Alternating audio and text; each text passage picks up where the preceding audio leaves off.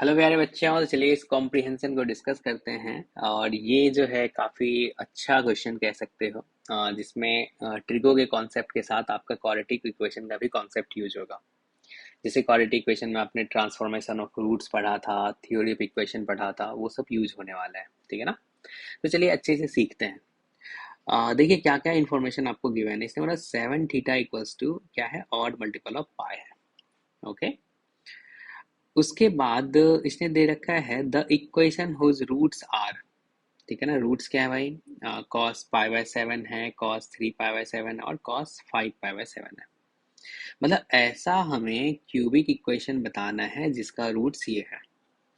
ठीक है, सबसे पहले जो इन्फॉर्मेशन दे रखा है 7 theta equals to odd multiple of pi.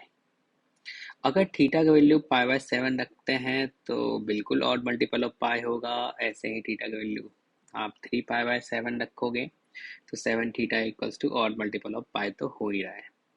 Okay, अब उसके बाद जो है हमने क्या किया भाई, 7 theta equals to odd multiple of pi दे रखा है। हमने लिखा 4 theta plus 3 theta equals to odd multiple of pi. 4 theta equals to क्या होगा, 2n+1 पाई माइनस 3 थीटा। अगर बोथ साइड कॉस अप्लाई कर दें तो अपने को मिल गया cos 4 theta equals to minus cos 3 theta. अब यहाँ पे इस वाले पार्ट में अगर तुमने थीटा का वैल्यू पाई बाय 7 रखा वो भी सेटिस्फाई करेगा।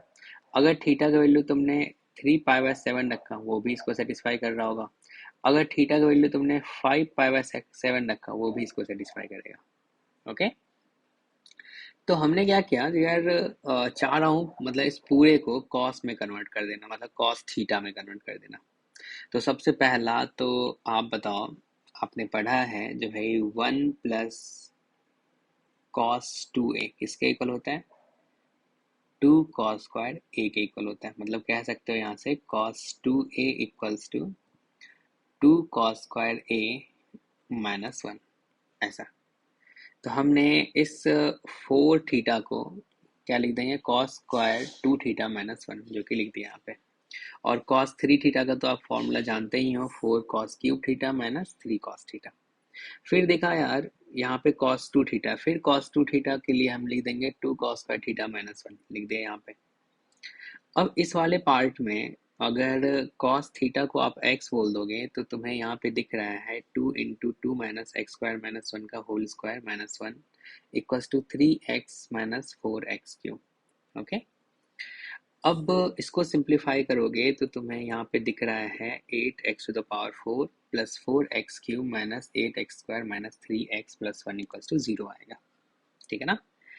और इसमें इस पूरे इक्वेशन में अगर तुमने x के प्लेस पे -1 रखा, ठीक है ना? अगर -1 रखा तो आपको दिख रहा है ये 8 आएगा, ये -4 आएगा और ये -8 आएगा, जो कि ये दोनों कैंसिल हो जाएगा। ये -4 और ये वाला पार्ट कैंसिल हो जाएगा। तो यानी कि इसका एक रूट तो अपने को क्या दिख रहा है, -1 दिख रहा है। तो यानी कि इसका एक फैक्टर क्या होगा, x+1 होगा। अब क्या करो, x+1 से आप इस पूरे पार्ट को डिवाइड कर दो तो तुम्हें ये क्यूबिक मिलेगा। अब आपको पता है कॉस थीटा, मतलब इसका जो x आप किसको इक्वल लिखा है, कॉस थीटा लिखा। ठीक है ना? तो आप बताओ थीटा क्या था तुम्हारा, पाई बाय 7। तो सोचो यहाँ पे जो x इक्वल्स टू -1 आया, मतलब cos थीटा इक्वल्स टू -1। और क्या cos पाई बाय 7 का वैल्यू -1 पॉसिबल है? नहीं। तो यानी कि इस वाले पार्ट को तो हटा देना है। तो जो ये पार्ट बचा है इसका एक रूट क्या होगा, cos पाई बाय 7 होगा, दूसरा क्या होगा cos 3 पाई बाय 7 होगा और तीसरा क्या होगा cos 5 पाई बाय 7 होगा। तो हमें तो ऐसा ही क्यूबिक बताना था जिसका रूट्स क्या हो, ये तीनों हो। तो अब बताओ क्या इसके अकॉर्डिंग क्या तुम्हारा ये बी ऑप्शन जो है वो करेक्ट है? ठीक है ना? क्योंकि आ रहा है ना 8x³ -4x² -4x प्लस 1। ठीक है ना? ये सेम है। अब चलिए फिफ्थ पार्ट में बोला है the value of cos pi by 7, sorry sec pi by 7, sec 3 pi by 7 और सेक 5 पाई बाय 7। अच्छा देख रहे हो, इसका रेसिप्रोकल ये वाला है, इसका रेसिप्रोकल ये वाला है और इस वाले पार्ट का जो रेसिप्रोकल है ये वाला है। इसी को देख के आपको लग गया होगा जो भाई अगर अपने को ऐसा इक्वेशन पता है जिसका रूट ये है, ठीक है ना, हमें क्या निकालना है, ऐसा इक्वेशन निकालना है जिसका रूट्स क्या हो, जिसका रूट्स आ जाए 1/cos π/7, 1/cos 3π/7, 1/cos 5π/7। तो यानी कि इसी वाले पार्ट में क्या आप नहीं सोचोगे ट्रांसफॉर्मेशन ऑफ रूट्स लगा दिया मत जाए, एक्स को रिप्लेस कर दिया जाए 1/x से। तो इसमें अगर x को रिप्लेस करोगे 1/x से तो तुम्हें इक्वेशन कुछ ऐसा दिखेगा, ठीक है ना। अब इसको सिंप्लीफाई करेंगे तो हमें मिल गया ये वाला पार्ट। अब बताओ, एक इक्वेशन क्यूबिक है जिसका रूट्स ये है, दूसरा इक्वेशन आपने निकाल लिया जिसका रूट्स क्या होगा, इसका रेसिप्रोकल हो, ये वाला पार्ट, ठीक है ना। और हमें क्या चाहिए, इन सब का सम चाहिए। तो भाई सम ऑफ रूट्स निकाल लेंगे।